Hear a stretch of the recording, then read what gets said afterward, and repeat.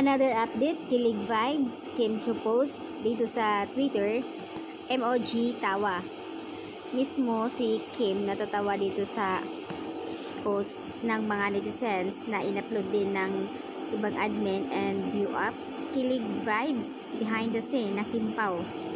Yung very confident ang mukha ni Pao. Ang kulit, nagiging makulit na siya. Siguro sabi nila ni nervous ito kaya ganun ang reaksyon niya. May pahawak-hawak pa siya sa kay Kim. Nakakaloka itong mga to.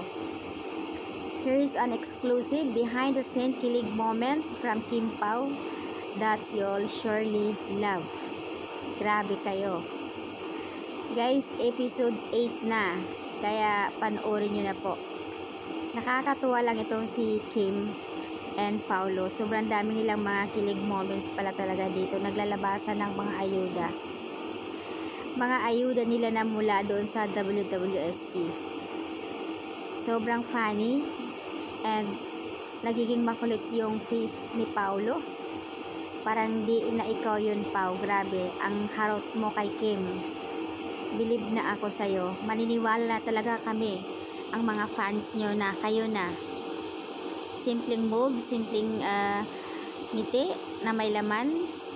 Yung pagiging pasulyap-sulyap mo kay Kimi, grabe. Believe na ako sa'yo. Kakatuwa naman. Introvert yan. Parang hindi na eh. Mas makulit pa talaga si Pao dito sa rides na to. May papisil-pisil pa siya sa paa ni Kimi, oh. Pampawala daw ng nervous. Sabay kulit si Pao. Kakaloka reaksyon ni Paulo. Sabi ng isang netizens, ang masasabi ko lang dito ay sobrang kinilig ako.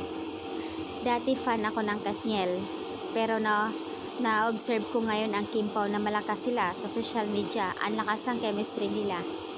At lalong na-air na nga itong local adaptation ng WWSK, kaya mas lalong sumikat sila, mas lalong nakikilala ng taong bayan ang Kim Pao. Sobrang kilig na kilig ako kapag pinapanood ko ito. Ayon sa comment dito, nakakaloka itong si Pao talaga, ang may kapakanan dito. Yung pagtingin niya, kung paano niya nitigan si Kim, halatang halata na, ended, ayon sa comment, ended na talaga.